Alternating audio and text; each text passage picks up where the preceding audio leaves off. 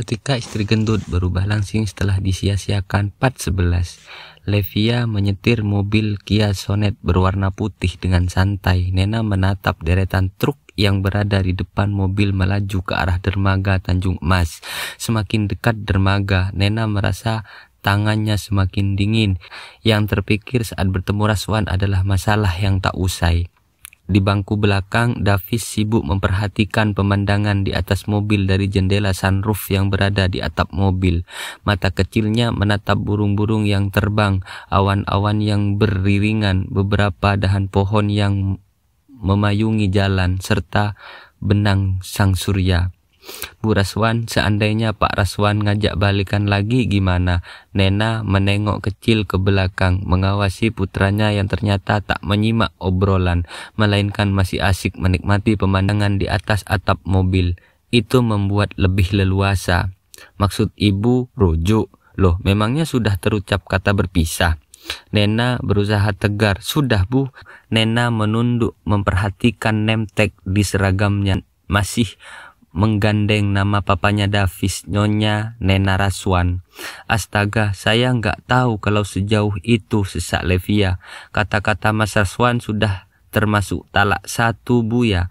Masih ada kemungkinan rujuk atau nikah kembali. Tapi Nena menggeleng, sudah cukup Bu, saya mau sendiri dulu, jadi trauma berumah tangga.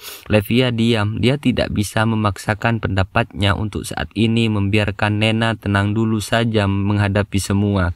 Beberapa menit kemudian, mobil Kia Levia tiba di dermaga. Para keluarga yang menjemput turun satu persatu dari truk militer, tak sabar ingin segera berjumpa suami dan papa mereka yang sudah tak ditemuinya selama berbulan-bulan. KRI Teluk Gilimanuk juga sudah merapat, tinggal Lego Jangkar. Kita di sini dulu aja, Bu Raswan, panas di luar, sambil nunggu om-om turun. Kan mereka paling masih upacara penyambutan dulu oleh Dailon kan, ucap Levia seraya menengok ke kaca spion, mengamati istri komandan batalion dan wakilnya juga menunggu di mobil. Siap, Bu. Sekali lagi Nena memperhatikan dirinya dari kaca, masih tak menyangka dengan perubahan drastis itu. Foto yuk, ajak Levia seraya mengangkat handphone. Persit cantik 1, 2, 3. Tangkap layar kamera pun terbidik. Nena diperbolehkan melihat hasil foto dari handphone Levia. Mohon izin Bu, boleh foto ini dikirimkan juga ke saya? Levia tersenyum teduh. Oke Bu, akan aku kirim sekarang ke WA Bu Raswan. Senyum mengembang di bibir Nena walau sorot matanya sedih. Buat kenang-kenangan Bu, sebelumnya saya melepas seragam ini. Kenang-kenangannya masih sebagai anggota Persit, tutur Nena, dan sontak membuat Levia menengok. Satu tangan menepuk pundak Nena. Badai pasti berlalu. Nena membalas sikap perhatian Levia dengan senyum ikhlas, menguatkan diri. Di dalam mobil sambil menunggu upacara penyambutan selesai, Levia mengajak ngobrol Nena. Davis sudah tak sabar untuk bertemu papanya dan beberapa kali menanyakannya. Papa sebelah mana ya Ma? Tanya lelaki kecil Nena. Tentara, jika berbaris terlihat sama semua. Susah untuk dikenali karena potongan rambut, tubuh, dan seragam mereka sama. Nena menengok juga ke arah barisan melalui jendela kaca. Ia pun susah membedakan. Udah selesai upacaranya. Yuk keluar, ajak Levia. Davis memerhatikan laut luas dengan tawa bahagia. Ia memang paling senang melihat laut, hingga ia tak sabar keluar dari mobil. Levia sudah membuka pintu mobil, bersiap keluar. Ayo Bu Ras, ajaknya. Nena seperti patung mendengar ajakan sang istri dangki, mendadak gugup karena belum pernah ia menampilkan diri secara langsung dengan perubahan drastis di depan banyak orang secara nyata. Levia tersenyum mendapati Nena gugup. Ayo Bu Raswan, ajaknya lagi. Nena menelan ludah. Aduh Bu, apa saya nggak usah keluar aja ya, biar Davis yang ikut ibu, minta tolong antar ke papanya. Levia memasang tampang tegas yang dibuat-buat. Saya hitung sampai 3 nih. Nena kaget. Baik-baik Bu, siap salah. Levia tertawa kecil senang karena berhasil membujuk Nena untuk keluar. Wanita bertubuh cukup tinggi itu keluar terburu-buru dari mobil. Rok sepan yang melekat jadi terasa ketat karena bagian tertentu tubuhnya cukup berisi, walaupun pinggangnya sangat ramping. Santai saja Bu Raswan, anggap aja kita lagi jalan berdua di pantai. Iya Bu, jawabnya masih kaku. Upacara pun usai dan Yoyon masih penasaran dengan wajah Misna. Buru-buru mereka mengaktifkan internet di handphone mumpung sudah ada sinyal. Lihat tayangan ulang Misna Yon, penasaran, aku lihat wajahnya. Sandri juga ikut melirik layar handphone Singgih, penasaran dengan yang dilakukan teman-temannya. Sementara prajurit lain yang sudah berkeluarga sibuk mencari anak dan istri mereka. Nah, ini dia Misna, seru, senang Singgih. Raswan melirik saja tapi tak berselera untuk ikut melihat. Celeng, cantik banget yo, seru Yoyon setelah melihat tayangan siaran ulang live streaming Nena. Wih, followernya udah jutaan sekarang, pasti karena tahu Misna cantik. Cowok-cowok langsung follow. Kening Sandri berkerut, suaranya kayak kenal, ucap Sandri. Ia pun menoleh ke Raswan. Ras, artis Zigzag ini kok suaranya mirip.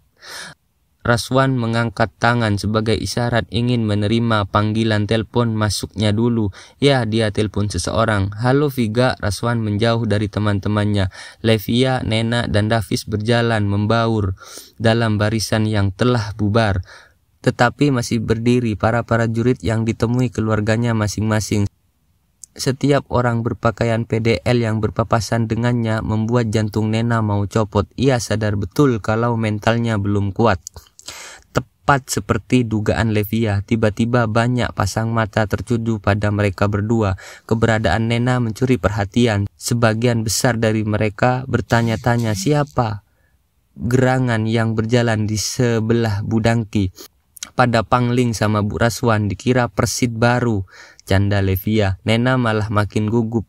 Papa mana ya Ma? Nena menelan ludah. Davis ingin berjalan sendiri mencapai papanya. Nena tetap mengawasi beberapa meter dari belakang putranya.